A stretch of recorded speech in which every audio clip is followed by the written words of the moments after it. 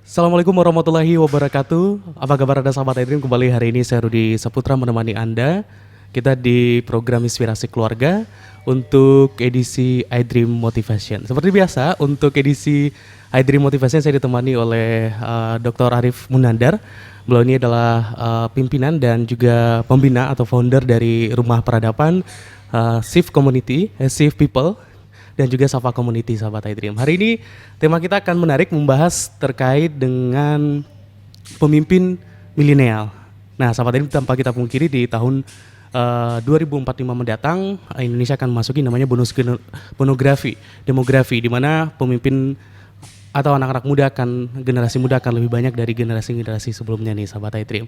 Nah hari ini kita akan bahas bersama Bang Arif, sudah bersama saya di studio, kita pengen sapa dulu. Assalamualaikum Bang Arif. Waalaikumsalam warahmatullahi wabarakatuh. Bagaimana kabarnya hari ini Bang Arif? Alhamdulillah sehat. Oke, tema kita menarik hari ini Bang Arif. Iya. Setelah kita mengupas tuntas di pekan sebelumnya tentang milenial itu seperti apa. Nah sekarang kita membahas tentang kepemimpinan atau pemimpin milenial. Seperti apa menurut Bang Arif tema kita hari ini? Iya, ini memang tema yang pas ya dari berbagai sisi. Satu tadi sudah disinggung oleh Mas Rudi, kita akan segera menghadapi satu era di mana para millennials ini akan mengambil alih kepemimpinan di berbagai sektor.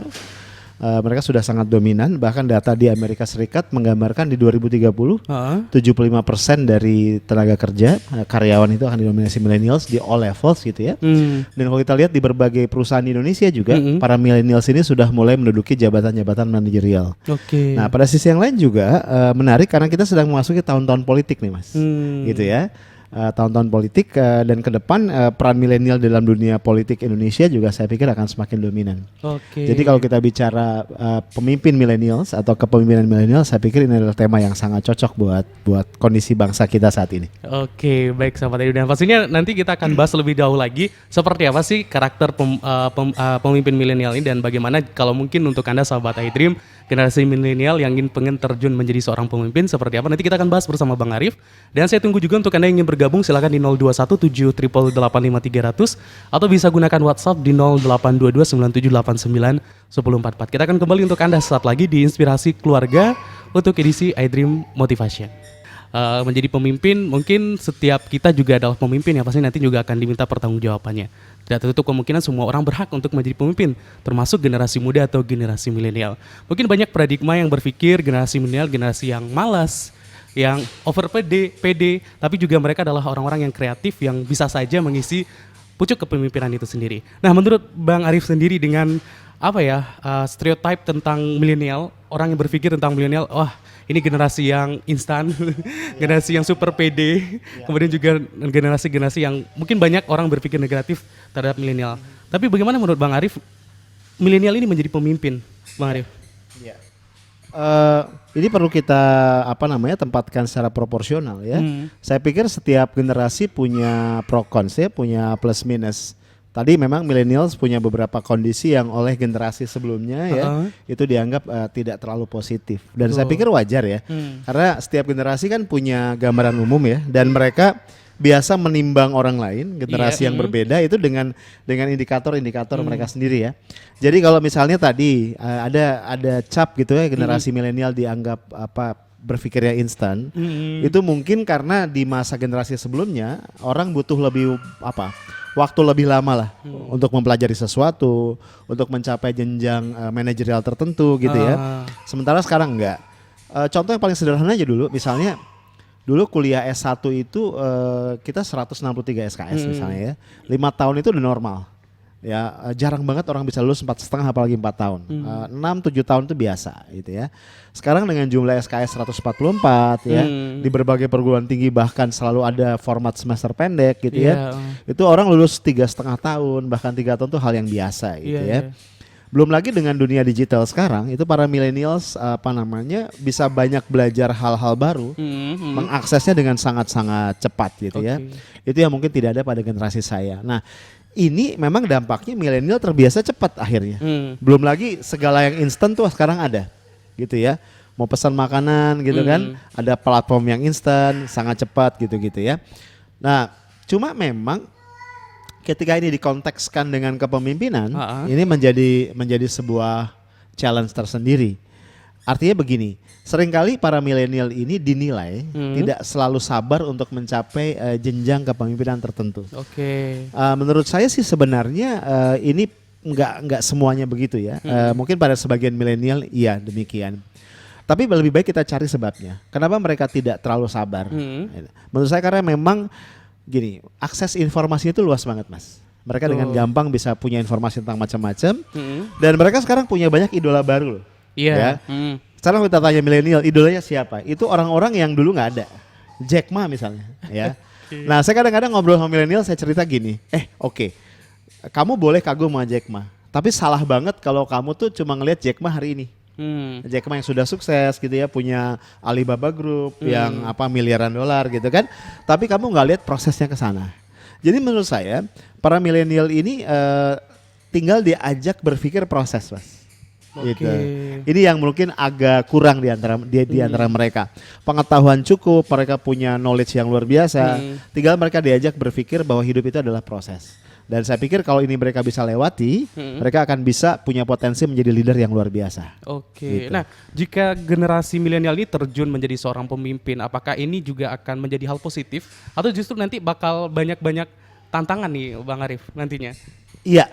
Saya rasa akan sangat-sangat positif. Walaupun tantangan selalu ada ya. Kita lihat dari sisi positifnya dulu. Oke. Gini, generasi milenial ini kan jembatan ya, jembatan ke generasi sesudahnya ya, generasi Z. Jadi saya pikir memang positif banget kalau mereka sudah mulai mengambil alih posisi-posisi kepemimpinan, karena kemudian mereka akan lebih mudah berkomunikasi dengan generasi-generasi di bawahnya. Kemudian tadi bahwa mereka ini technological savvy, bahwa mereka ini digital native gitu ya. Saya pikir ini akan menjadi hal yang sangat positif dalam konteks mereka memimpin. Tapi memang tantangannya macam-macam, ya kan?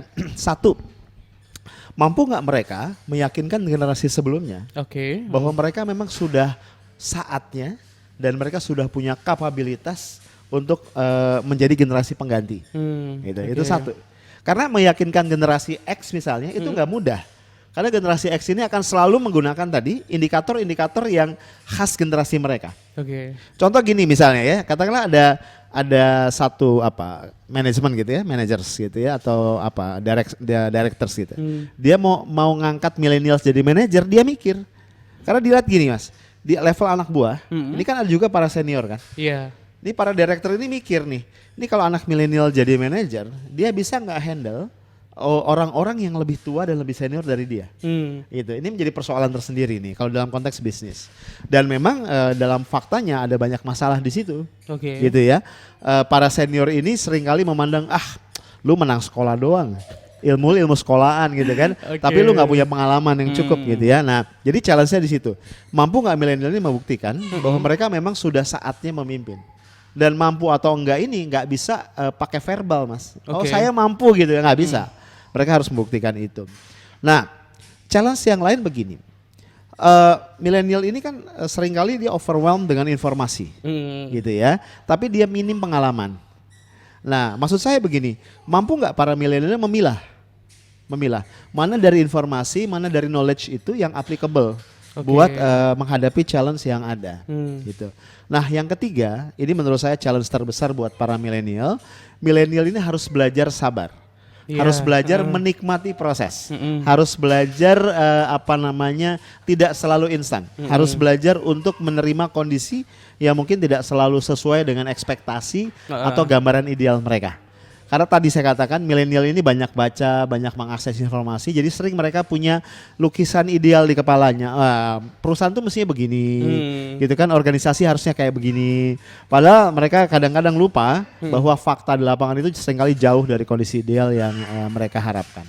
Kira-kira gitu. Nah, ini kan antara generasi X dan generasi milenial ini memiliki pola pikir yang berbeda. Betul. Ketika seseorang milenial yang terjun ke pemimpinan mungkin masih ada pikiran negatif dari generasi X. Wah, nggak mungkin dong anak muda memimpin kita. Gimana nih sebagai generasi X ini juga harus bisa menerima kepemimpinan milenial ini, Bang Arif? Iya, begini. Dalam agama kita diajarkan tentang sunatullah ya. ngomongnya gampang, wah sunatullahnya begini. Tapi seringkali kita untuk menerima sunatullah itu susah ya. Jadi ini mungkin nasihat saya buat generasi saya nih, buat generasi X. Bagaimanapun kita harus kasih kesempatan. Oke. Karena kadang-kadang kita tidak adil. Kita menilai diri kita saat ini, oh kita udah punya pengalaman, kita bisa solving problem, kita bisa sabar, kita bisa tidak instan. Kita lupa bahwa dulu pun kita sempat muda. Iya. Kita pun sempat muda dan sempat seumur dengan anak-anak milenial ini. Dan saya hakul yakin dulu pun sebenarnya kita nggak sabar. Jadi buat para manajer, buat para director nih yang usianya 40 ke atas, saran saya adalah ketika Anda ragu-ragu untuk memberikan tongkat estafet memimpin kepada generasi di bawah Anda, coba ingat kembali betapa, mohon maaf nih bahasa kasar ya, betapa culunnya kita di hari-hari pertama kita menekuni profesi kita. Oke. Sama juga kita nggak tahu apa-apa, ya kan, kita dicaci maki juga sama bos kita gitu ya. Bos kita juga geleng-geleng kepala menghadapi betapa, mohon maaf, betapa bodohnya kita gitu. Nah jadi kalau kita ingat itu, mudah-mudahan kita bisa lebih sabar ya, kita bisa lebih membuka ruang. Karena yang dibutuhkan para milenial ini sebenarnya adalah ruang aktualisasi. Karena mereka ingin ngetes mas, mereka ingin ngetes, saya tuh punya sekian banyak knowledge nih, ini kalau diaplikasikan di lapangan itu kayak apa jadinya gitu. Nah kadang-kadang yang membuat mereka frustrasi adalah ruang ini yang gak dikasih mas. Ruang ini yang gak dikasih oleh generasi di atasnya, sehingga teori ya tinggal teori gitu. Oke, baik, itu sahabat Aidrim ya. Berarti ya juga harus ada kelegoan lah ya dari generasi X sebenarnya. Bahwa tidak tertutup kemungkinan generasi milenial itu bisa sekarang menjadi pemimpin, dan itulah saatnya bisa harus menerima dan harus siap juga dipimpin oleh generasi milenial. Nah, ini tadi hal positif yang Bang Arif beri gambaran bahwa boleh aja nih milenial menjadi pemimpin, dan ya orang tua atau generasi harus bersabar, harus menerima kepemimpinan mereka nantinya. Nah mungkin ada anak-anak muda di rumah, ya udah deh saya jadi pemimpin lah, atau nyalek gitu deh ya tahun ini gitu. Oke. Gitu. Nah pasti mereka juga harus mempersiapkan dong Bang Arif ya. Tidak bisa ujuk-ujuk begitu aja menjadi pemimpin. Ada karakter yang harus mereka bentuk. Apa nih yang harus dipersiapkan jika milenial ini ingin menjadi seorang pemimpin, Bang Arif? Nah ini memang pertanyaan yang sangat-sangat basic dan sangat mendasar Mas Rudi, dan perlu kita kupas dengan dalam. Begini, perlu disadari bahwa pemimpin itu bukan posisi, pemimpin itu bukan jabatan. Karena kalau mindsetnya pemimpin adalah jabatan, saya khawatir kita akan terjebak pada mitos tentang leadership. Ada banyak mas, ada 10 lebih mitos tentang leadership. Salah satu mitosnya begini, kalau saya tidak di atas, maka saya tidak bisa memimpin. Nah, kalau orang punya mitos seperti itu atau percaya pada mitos seperti itu, saya khawatir nanti mereka sudah berada di atas pun ternyata mereka tidak bisa memimpin orang juga. Dan to be honest, banyak yang seperti itu. Ada orang yang jabatannya semakin tinggi, tapi ternyata dia nggak mimpin. Jadi bos mungkin, ditakuti oleh anak buah mungkin, tapi ternyata dia bukan pemimpin. Dia tidak hadir di hati dan perasaan anak buahnya sebagai leaders. Dia tidak hadir dalam organisasinya sebagai leaders. Jadi kalau kita milenial mau memimpin, saran saya, mulailah dengan membenahi pola pikir. Gitu ya. Cara kita memandang, perspektif kita tentang leadership itu harus tepat. Jadi menurut saya leader itu dilihat dari peran sebenarnya. Ya, saya yakin sekali leadership itu tentang influence. Ya, jadi yang disebut leader itu orang yang mampu menginfluence orang lain ke arah yang lebih baik. Bahkan ada seorang pakar kepemimpinan namanya Tony Buzan mengatakan, leadership is about influencing others, nothing less and nothing more. Wah ini kan tegas banget gitu ya. Jadi kalau kita jadi katakanlah jadi atasan gitu ya selama 5 tahun kita memimpin organisasi, ternyata kita tidak bisa menggerakkan perubahan, tidak bisa mempengaruhi orang lain, so we are not leader mas. Kita cuman bos gitu ya. Nah pertanyaannya adalah apa yang bedain pemimpin dengan yang bukan pemimpin, kan begitu ya. Semuanya dimulai dari perilaku, dan perilaku itu awalnya adalah mindset. Jadi kembali menurut saya mindsetnya harus dibenahi. Kalau kita memimpin, kita harus berpikir tadi menginfluence. Dan persoalannya adalah kita nggak mungkin menginfluence orang lain kalau orang lain itu tidak trust dan tidak respect sama kita. Nah ini masalahnya. Ini yang millennials mesti pahami banget. Jadi kuncinya adalah membangun trust dan respect. Karena trust dan respect itu nggak bisa diminta. Gimana? Jadi nggak bisa misalnya gini mas, saya jadi direktur utama nih, diangkat jadi direktur utama di iDream Radio lah gitu ya. Terus tiba-tiba saya bikin SK. Saudara-saudara, karena sekarang saya adalah CEO-nya iDream, maka Anda semua sebagai krunya iDream mulai hari ini harus memberikan trust dan respect sama saya. Oke. Nah, itu saya yakin Mas, satu kantor itu dalam hati akan ketawa. What gitu kan? Oke. Karena trust aspect itu dibangun. Heeh. Dibangun dengan sengaja, dengan serius, dengan penuh kesungguhan day by day. Dan dia never ending. Dia never ending. Karena bisa saja orang hari ini trust sama kita, tapi kemudian ada perbuatan kita yang membuat trust itu bercacat, Mas. Lalu orang jadi nggak trust, sangat bisa. Oke. Jadi trust itu bukan sesuatu yang sekali diraih terus dia abadi, tidak. Dia Ya. diraih, dibangun, kemudian dipertahankan, gitu ya.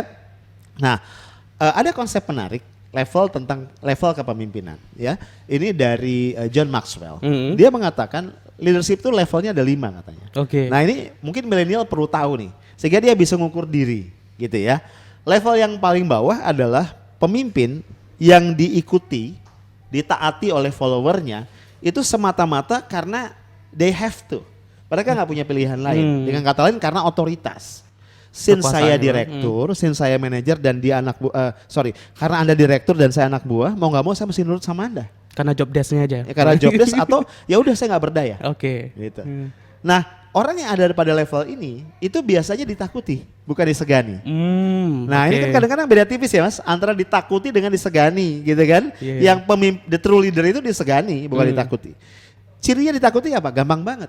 Ketika si pemimpin ini sakit, nggak masuk, dipindah atau mohon maaf wafat gitu ya, itu anak buahnya dinyatakan atau nggak dinyatakan akan mengatakan hore alhamdulillah gitu kan. Oke. Atau mungkin menyanyikan lagu ya, sorak-sorak bergembira gitu lah Oke. ya, asik diganti gitu ya. Jadi kalau dia pergi, si pemimpinnya pergi, anak buahnya malah happy nih. Atau keberadaannya nggak diharapin lah gitu. Betul, ya. betul. Nah ini level 1.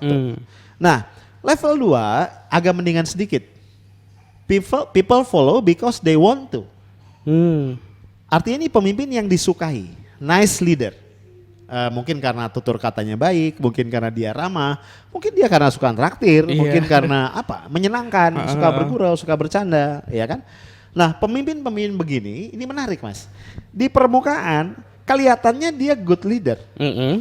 Tapi mohon maaf, dia nice leader sebenarnya, bukan good leader. Buktinya apa? Dia akan diikuti, dirubungin lah sama anak buahnya dalam konteks yang menyenangkan, gitu loh. Iya. Tapi ketika dia karena satu dan lain harus mengambil keputusan yang tidak populer, ditinggal, Mas. Karena sebenarnya anak buahnya nggak trust sama dia, suka aja. Enak buat teman ngobrol, Karena enak buat ramah teman gitu ya. bercanda, teman jalan, teman main. Tapi mimpin, gue ragu deh, lu mampu apa enggak sebenarnya gitu ya. Baik. Dan to be honest, milenial itu mohon maaf ya Mas, banyak yang di level 2 ini. Karena seringkali hubungan mereka dengan lingkungan itu nggak deep sebenarnya. Oke. Hubungannya hubungan main, hubungan jalan, hubungan bercanda gitu loh. Nah ini belum pemimpin nih. Biasanya kalau saya menulis pemimpin untuk level 1 dan 2, pemimpinnya saya letakkan di tengah-tengah tanda kutip. Oke. Karena Berarti masih dipertanyakan iya, gitu, not Pak? true leader ya, walaupun mereka punya jabatan. Nah tapi sayangnya banyak orang yang jabatannya tinggi, ternyata kualitasnya masih level 1 or level 2. Oke. Level 2 ini banyak banget pemimpin-pemimpin populis yang membeli suara rakyatnya, suara followernya, suara orang-orang yang dia pimpin itu dengan kesenangan, Mas. Pencitraan gitu. Pencitraan. Oke. Kadang-kadang anak buahnya salah dipuji, enggak kok kamu nggak salah, misalnya kayak gitu ya. Oke.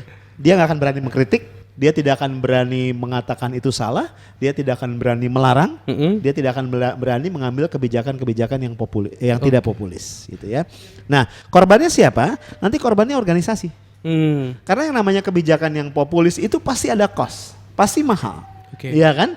Dan pasti inefisien. Yang bayar siapa? Bukan kantongnya dia, yang bayar organisasi, perusahaan. Makanya pemimpin populis ini biasanya hanya survive ketika situasi normal. Tapi kalau organisasi atau perusahaan sedang krisis, menghadapi turbulensi, harus turn around gitu ya nggak bisa. Pemimpin populis tidak akan pernah sukses. Gitu. Nah karena itu naik level 3 nih. Better kita coba naik lagi yuk, naikin kualitas. Level 3. Level 3 adalah pemimpin yang diikuti oleh followernya karena mereka menghargai kompetensinya. Jadi para follower ini mengakui emang dia hebat nih. Emang dia jago.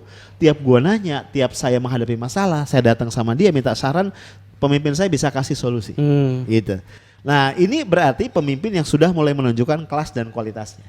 Nah, untuk mencapai level 3 ini nggak mungkin pemimpin instan, nggak mungkin pemimpin Iya, karbitan, gitu ya. Karena itu saya selalu sarankan, oke, kalau seorang milenials itu cerdas, pintar, dia kompetensinya di atas rata-rata, boleh aja dia itu karirnya fast track itu boleh. Tapi fast track bukan berarti melompat, Mas. Bukan. Oke. Kan Harus orang lewati semuanya. kayak ya? SMA ya. SMA fast track bukan berarti SMA-nya dilewatin, kan enggak kan? Bukan berarti ada pelajaran yang boleh dia skip, kan tidak. Tapi pelajaran yang orang lain mungkin 2 tahun, dia setahun gitu kan. Iya. Tapi dia lewatin semua. Jadi fast track boleh. Tapi untuk mencapai level 3 ini Anda harus lewati semua tahap. Bahwa Anda lewati lebih cepat dari orang lain karena kompetensi Anda tinggi, it is okay, it is good gitu ya. Tapi nggak boleh ada yang di skip. Karena begini, saya punya seorang teman, dia sudah senior, dia punya satu perusahaan sendiri, lalu dia punya anak nih. Anak ini putra mahkota nih untuk menggantikan dia memimpin company yang cukup besar. Tapi karena dia tahu banget susahnya bisnis dan dia tidak ingin bisnisnya hancur di tangan anaknya, maka anak ini disekolahin ke luar negeri. Sampai dapat gelar MBA di satu perguruan tinggi yang sangat bagus di luar negeri. Ketika pulang nggak langsung disuruh mimpin, Mas. Itu disuruh mulai dari bawah dan disuruh dia berkelana mencoba semua bidang yang ada. Bidang keuangan, bidang teknik, bidang operation, semua. Walaupun mungkin nggak terlalu lama di semua bidang, tapi dia jalanin semua dan dia mendaki ke atas itu dengan level yang normal. Walaupun mungkin waktunya lebih cepat. Saya tanya kenapa, dia bilang ya, saya tidak mau anak saya jadi pemimpin karbitan. Saya tidak mau anak saya memimpin karena dia anak saya. Saya mau dia memimpin karena dia memang capable untuk itu. Nah, tantangannya tadi saya bilang, milenial sabar nggak? Kadang-kadang kan milenial begitu ya. Maunya apalagi cepet ya, kalau Pak, ya? perusahaan milik bapaknya kan. Nah, gitu kan ya. Dia nggak mau susah nih. Kalau milenial yang tahu diri dan dia sayang pada dirinya dan dia ingin menyelamatkan masa depannya, justru dia akan menolak peluang-peluang untuk instan itu. Dia ingin mencoba semuanya dari awal, dia ingin merasakan jatuh bangunnya, karena jatuh bangun itu yang membuat orang naik ke level 3 dari level 2. Nah, level 4. Level 4 adalah pemimpin yang benar-benar dapat respect, Mas. Dari followernya, karena followernya merasa mereka ini dikembangkan oleh dia. Jadi orang tidak akan bisa jadi pemimpin level 4 kalau dia tidak proof dirinya adalah coach dan mentor yang baik.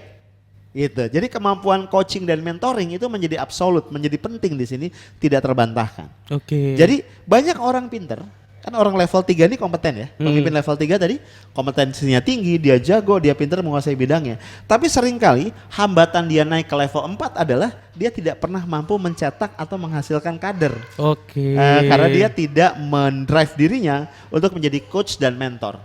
Perlu kita ingat, menguasai bidang kompetensi kita adalah satu hal, tapi mengcoach orang lain untuk bisa mengcopy itu juga adalah hal yang berbeda. Jadi untuk naik ke level 4 kita harus mau mengkader. Nah, di samping kemauan mengkader, pemimpin level 4 ini adalah orang-orang yang punya jiwa besar. Dia tidak pernah takut digantikan oleh generasi berikutnya, oleh penerusnya. Karena dia berpikir sederhana. Kalau orang lain bisa menggantikan kompetensi saya, orang bisa menggantikan pekerjaan saya, maka saya bisa move on, saya bisa ngerjain pekerjaan lain yang mungkin lebih meaningful. Tapi orang-orang yang kerdil jiwanya nggak mau jadi coach, Mas. Karena, ini kan kompetensi gue. Kalau orang nanti bisa terus gue ngapain? Ini kan orang-orang yang kerdil yang sangat takut tersaingi ya. Ini nggak mungkin naik ke level 4. Nah, level 4 bukan level terakhir. Ada level terakhir adalah level yang kelima. Nah, orang-orang yang ada pada level kelima adalah orang-orang yang memiliki kekuatan modal spiritual yang sangat hebat. Sehingga even orang yang berbeda idealisme dengan dia, orang yang ideologinya pun berbeda dengan dia, itu respect Mas sama dia. Kenapa? Karena orang pada level 5 ini dia teguh dengan visinya. Dia teguh dengan nilai-nilainya.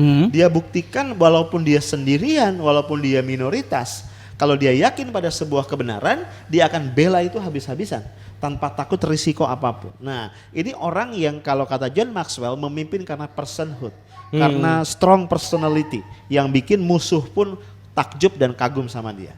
Nah, tentu saja level 5 ini nggak banyak. Sebagai muslim tentu yang kita yakini sebagai pemimpin level 5 adalah Rasulullah Shallallahu Alaihi Wasallam. Kita bayangkan, bahkan kalau kita sitir sedikit sirah nabawiyah gitu ya. Ketika Nabi akan hijrah ke Madinah, itu salah satu kesibukan beliau diceritakan di sirah adalah mengembalikan barang-barang titipan kaum kafir Quraisy. Nah ini kan paradoks ya. Orang-orang kafir Quraisy ini secara ideologis bermusuhan, berseberangan dengan Nabi, tapi tetap dalam muamalah mereka nggak punya pilihan lain.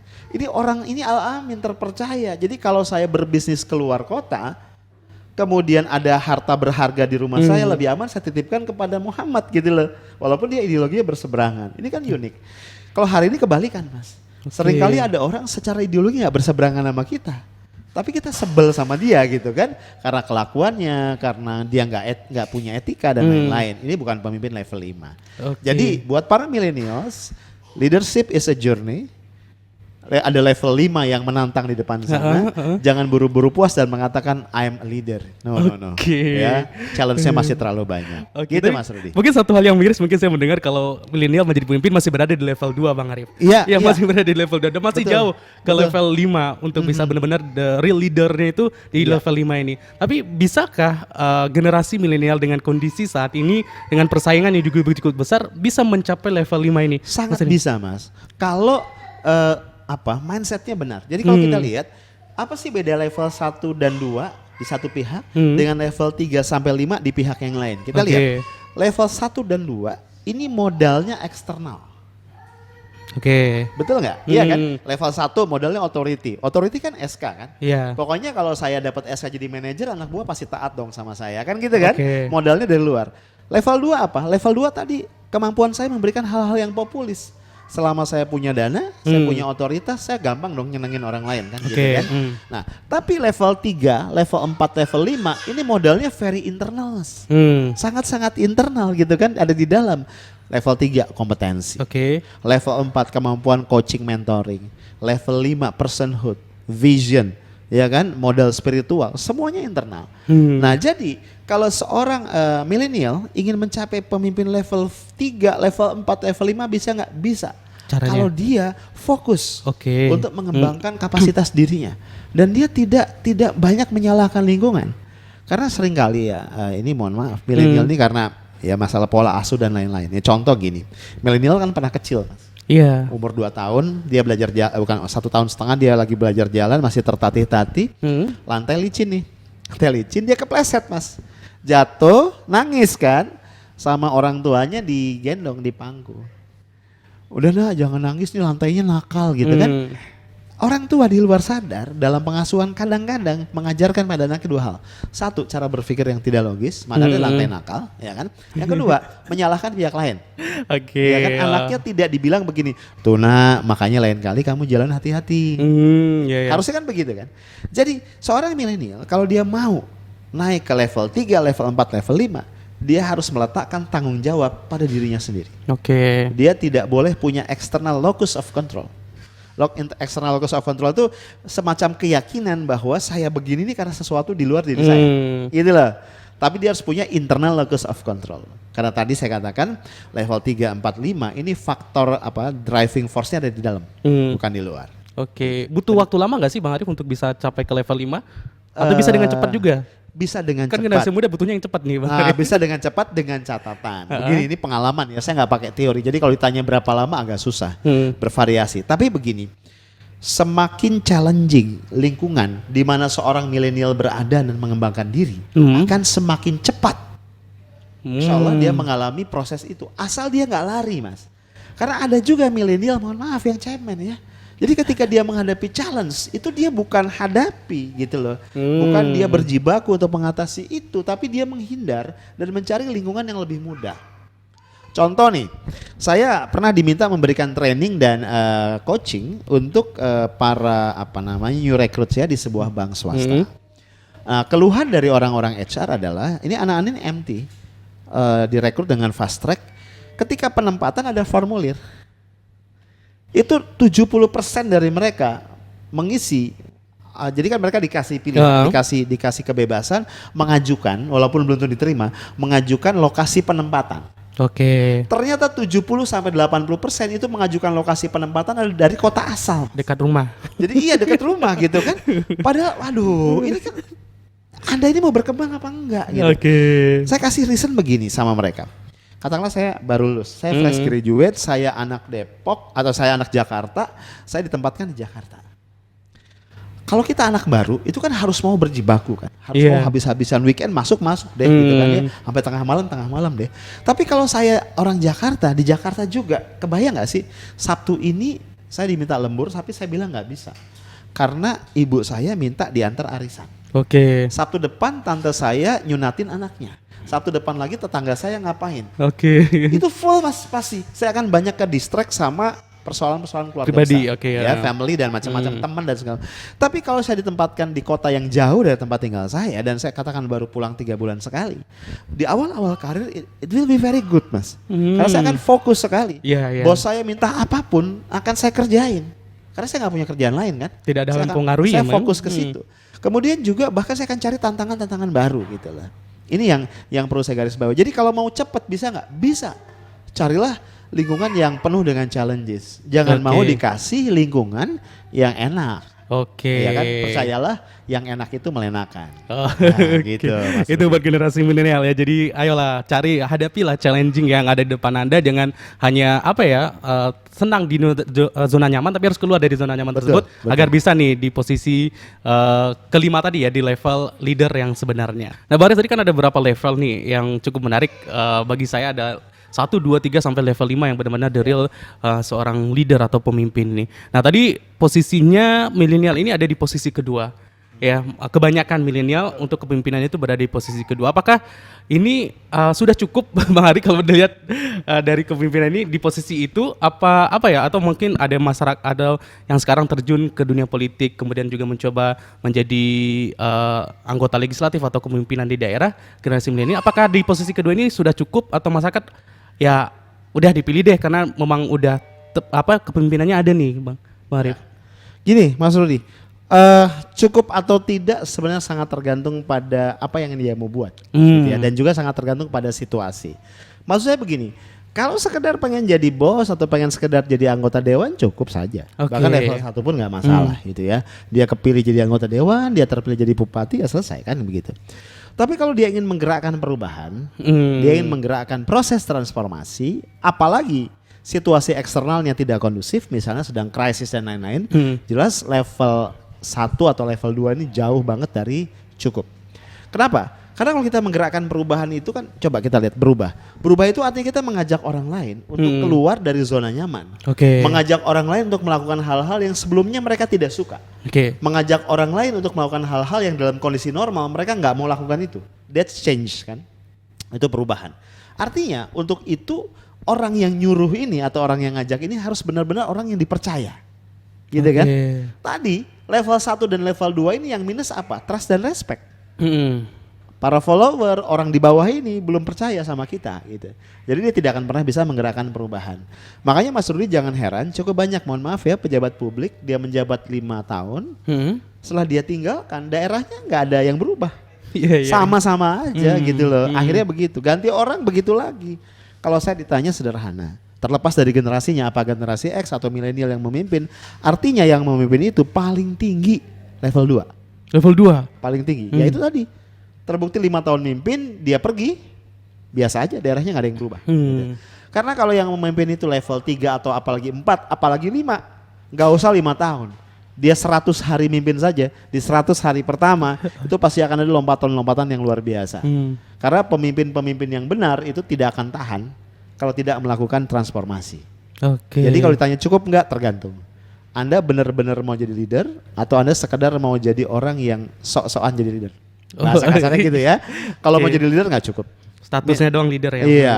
Oke. Kira-kira gitu. Oke. Nah, ini Bang Arif, kalau kita bicara generasi milenial kan juga menjadi target juga paling banyak, termasuk jadi generasi. Kalau kita lihat sekarang banyak pemimpin yang memilenialkan diri gitu. Iya, betul. Bagaimana menurut Bang Arif ini? Apakah ini bisa benar-benar bisa menarik generasi milenial, atau memang bagus nih pemimpin yang sebenarnya bukan generasi milenial tapi mencoba untuk memilenialkan diri? Iya. Gimana? Ini kembali tergantung ya.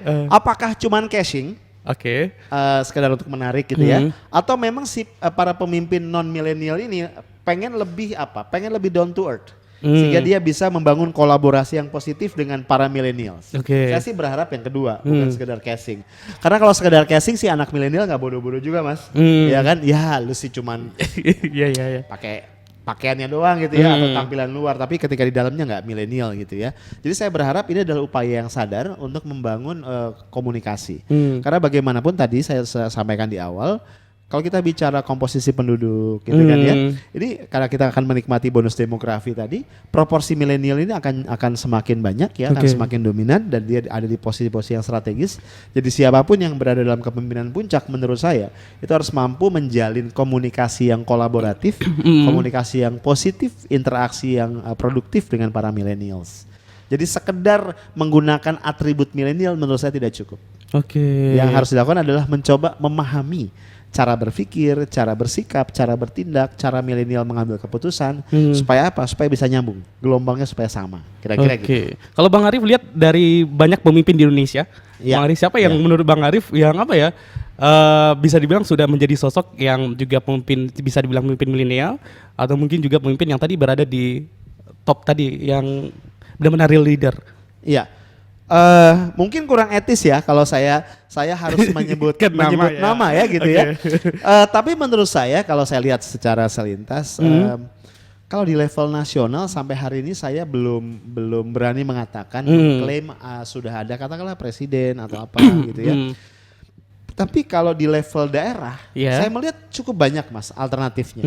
Ya walaupun tentu plus minus ya. Katakanlah tidak level 5, tapi level 4 saya pikir cukup banyak. Ya, level 3 apalagi? Ini yang terbanyak di level 3 nih. Kita sekarang banyak melihat entah itu gubernur, bupati, wali kota gitu ya, yang menurut saya sudah luar biasa. Saya sebut satu nama lah misalnya. Kalau kita pergi ke Jawa Timur, ada satu kota di situ, ibu kota Surabaya, kita kenal Ibu Risma. Ya. Menurut saya Ibu Tri Risma hari ini yang kita kenal sebagai Ibu Risma adalah sosok pemimpin. Menurut saya at least ini pemimpin level 4, bahkan mungkin nggak terlalu jauh dari level 5 ya. Ukuran saya sederhana Mas. Kan beliau ini sudah menjabat 2 periode ya Mas ya. Di periode pertama seingat saya beliau itu menang dengan suara yang tipis, sekitar 32-35% lah gitu ya. Tapi ternyata dia buktikan kerja keras dia yang luar biasa. Dan yang menarik waktu dia menang di periode kedua itu suaranya di atas 80% Mas. Gitu.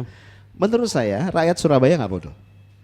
Kalau mereka mempercayakan 80% suaranya pada Ibu Risma, artinya mereka sudah melihat sebuah kinerja yang luar biasa pada saat Ibu Risma memimpin di periode yang pertama. Nah bukan cuma Bu Risma, saya pikir di kota-kota lain di berbagai provinsi di Indonesia juga sosok seperti ini sangat banyak. Orang-orang yang memimpin dengan kesungguhan mereka, dengan nilai-nilai agung yang mereka yakini dan kemudian mereka implementasikan dalam kehidupan sehari-hari ketika mereka memimpin masyarakatnya. Gitu. Nah sekarang kita sekarang sudah masuk pendaftaran calon legislatif nih Bang Arif. Kita banyak banget dari partai-partai ini mendaftarkan generasi milenial, terutama juga dari kalangan artis nih milenial semua yang masuk nih Bang Arif. Nah bagaimana kita sebagai pemilih Bang Arif ketika ada orang yang mencalonkan diri sebagai pemimpin yang akan memimpin kita adalah generasi milenial, pemilih nih apa yang harus memberi sikap kita? Apakah ya udah pilih aja deh, kasih kesempatan deh, atau perlu ada pertimbangan-pertimbangan tertentu Bang Arif? Saran saya begini, lupakan generasi. Fokus pada kompetensi. Gitu. Kalau ternyata yang kompeten itu milenial ya kita pilih, tapi kalau ternyata yang kompeten itu bukan milenial ya nggak masalah juga. Karena begini, ketika Anda masuk ke dalam bilik suara untuk mencoblos, tolong bayangkan dan imajinasikan. Anda sedang ingin menitipkan nasib bangsa ini setidak-tidaknya 5 tahun ke depan. Jadi saran saya jangan bercanda. Jangan sampai kita punya saham pada pada terpuruknya nasib bangsa karena kita salah dalam memberikan amanah kepemimpinan. Karena sekali lagi kita sedang memberikan kesaksian sebenarnya. Kita mencoblos itu kita sedang memberikan kesaksian siapa yang menurut kita pantas untuk memimpin. Jadi menurut saya milenial atau bukan milenial bukan faktor penting, tapi masalahnya adalah kompetensi. Karena begini, saya mencoba mencermati calon-calon milenial yang terpampang di media, ya, baik media mainstream maupun media sosial. Sebagian antara mereka bagus dan berkualitas, menunjukkan kelasnya yang bisa dipercaya. Tapi mohon maaf, sebagian yang lain itu modalnya masih modal-modal fisik Mas. Tampilan mereka yang muda, cantik, ganteng, menarik gitu kan ya. Ya sedikit kemampuan orasi. Tapi ketika kita dalami itu mohon maaf isinya sangat dangkal gitu loh. Sehingga saya sedih. misalnya mohon maaf, ada satu calon legislatif dari sebuah partai. Ada videonya viral, dia membandingkan antara Indonesia dengan Rusia. Dia mengkritik Vladimir Putin. Tapi kritiknya itu sangat tidak berdasar, Mas. Sampai kedutaan besar Rusia di Indonesia melayangkan protes atas video itu. Karena dia bilang apa? Dia bilang di Rusia tidak ada demokrasi. Gitu ya. Vladimir Putin itu memimpin dengan otoriter. Padahal kita tahu Putin itu menang pemilu, Mas. Iya. Ini kan kesalahan yang sangat elementer. Dia lupa Rusia sekarang bukan Soviet masa lalu. Yang dikuasai oleh partai komunis, otoriter, bukan. Rusia sekarang negara demokrasi gitu loh. Mungkin sejarah lama kali dibaca. Bisa jadi. Dan ini milenial, Mas. Yang mohon maaf kalau casingnya orang lihat, luar biasa, cantik, menarik, manis, Mas. Gitu. Nah, saya khawatir rakyat kita ini, masyarakat kita, pemilih kita sebagiannya, saya nggak bilang sebagian besar, sebagian itu masih mudah sekali tergoda oleh casing. Ingat sekali lagi, kita tidak sedang memilih idol di Indonesian Idol, tidak. Kita juga tidak sedang memilih Abang None Jakarta misalnya gitu ya. Kita sedang memilih siapa yang layak saya titipi amanah kepemimpinan dan nasib bangsa ini at least 5 tahun ke depan. So be careful. Isusnya bukan milenial atau non milenial, tapi isusnya adalah seberapa kompeten dan seberapa amanah orang ini untuk saya titipi tugas besar tadi. Oke, ketika milenial menjadi pemimpin, menurut Bang Arief berapa persen kecenderungan keberhasilan milenial memimpin nantinya, Bang Arief? Agak sulit ya kalau saya diminta eksak karena ini bukan ilmu pasti. Tapi menurut saya berapa persen kemungkinan itu tergantung pada banyak hal, gitu ya. Selama milenial, jadi gini, memimpin itu sebagaimana juga amanah-amanah yang lain butuh modal. Selama amanah kepemimpinan kita berikan pada orang yang modalnya memadai, modalnya cukup, menurut saya possibility dia akan sukses itu akan lebih besar. Nah, pertanyaannya adalah modal apa yang paling dibutuhkan, kan gitu ya? Menurut saya visi iya. Tapi visi saja tidak cukup. Itulah. Milenial ini mesti memiliki nilai-nilai dasar yang itu memang nilai-nilai seorang leader. Saya beri contoh begini, Mas, misalnya. Saya punya tools, kalau saya memberikan training tentang modal spiritual, saya sering assess masalah values. Ada orang yang sangat mengedepankan nilai-nilai apa? Kemapanan, kenyamanan, rasa aman. Ini bukan nilai-nilai pemimpin, Mas. Karena pemimpin itu kan harus berani menghadapi turbulensi, harus berani menghadapi ketidakpastian, harus berani menghadapi risiko, harus berani menggerakkan perubahan. Nah, kalau milenial tidak punya modal nilai-nilai tadi, maka sampai kapanpun dia tidak akan sukses memimpin. Gitu. Jadi kalau ditanya possibility kembali, dia akan sukses. Possibility suksesnya akan lebih besar kalau modalnya memadai. Dan salah satu modal tadi adalah dia punya value, punya sistem nilai yang memang menggambarkan value dari seorang leaders. Gitu. Kayaknya kita di sesi terakhir nih Bang Arief, tapi mungkin buat generasi milenial yang ingin memimpin, sebelum kita closing, Bang Arief mungkin ada tips mungkin, atau ada mungkin sedikit arahan atau mungkin closing statement dari Bang Arief agar generasi milenial ini benar-benar siap untuk menjadi pemimpin, Bang Arief. Iya, saya ingin memberikan menutup sesi ini dengan satu analogi ya, memberikan satu analogi atau satu gambaran lah, kayak begitu. Di satu perusahaan ada direktur, ada manajer, ada pegawai, gitu ya. Kalau saya tanya siapa yang pahalanya lebih besar, gitu ya. Banyak orang bilang, oh ya tergantung Bang, siapa yang ikhlas atau siapa yang kerjanya bagus. Gini, katakanlah sama-sama ikhlas, sama-sama profesional. Saya yakin Mas, hakul yakin. Kalau kita bandingkan apple to apple, maka si direktur ini pahalanya akan lebih besar. Karena tanggung jawab dia, amanahnya jauh lebih besar. Tapi jangan bandingkan tentunya seorang karyawan yang amanah dengan direktur yang korup, jangan. Ya kan, nggak apple to apple ya. Nah, poin saya dari analogi ini adalah menjadi leader itu mari kita pandang sebagai sebuah peluang untuk beramal lebih banyak, untuk berbuat lebih banyak. Jangan sampai kita memandang menjadi leader itu adalah peluang untuk mendapatkan lebih banyak, Mas, untuk memperoleh keuntungan pribadi lebih banyak. Nah, ini setup awalnya sudah salah nih. Jadi para milenial, kalau Anda ingin memimpin, awali dengan setup berpikir yang tepat bahwa saya menjadi leader untuk memberikan manfaat lebih banyak. Apalagi kita Muslim, Nabi menegaskan yang paling yang paling baik di antara kita itu yang paling banyak manfaatnya bagi orang lain gitu kan. Menjadi pemimpin adalah jalan untuk memberikan manfaat lebih banyak. Nah, itu note saya yang pertama. Note saya yang kedua, mari kita sadari bahwa menjadi pemimpin dengan menjadi atasan adalah dua hal yang berbeda. Walaupun siogianya atasan adalah pemimpin yang baik, tapi tidak selalu begitu. Karena kalau kita bicara atasan ini berkaitan dengan otoritas eksternal, kalau kita bicara pemimpin ini kita bicara kualitas pribadi. Saran saya, tingkatkan kualitas kepemimpinan Anda dan nanti Allah akan memberikan kepada Anda amanah yang tepat. Jadi jangan mengejar posisi, biarkanlah posisi datang, amanah datang sesuai dengan peningkatan kapasitas kita. Dan terakhir, kalau Anda memang ingin jadi pemimpin yang hebat, jangan pernah betah diam di lingkungan yang terlalu nyaman dan mapan. Carilah lingkungan yang penuh dengan tantangan. Tantangan itu yang akan membuat level Anda meningkat secara pesat dan signifikan dalam waktu yang singkat. Gitu Mas. Oke, baik. Terima kasih Bang Arif sudah bersama kita hari ini. Semoga dengan pembahasan kita nih banyak nih generasi-generasi milenial bisa menjadi pemimpin. Baik. Dan benar-benar the real pemimpin ya. Betul.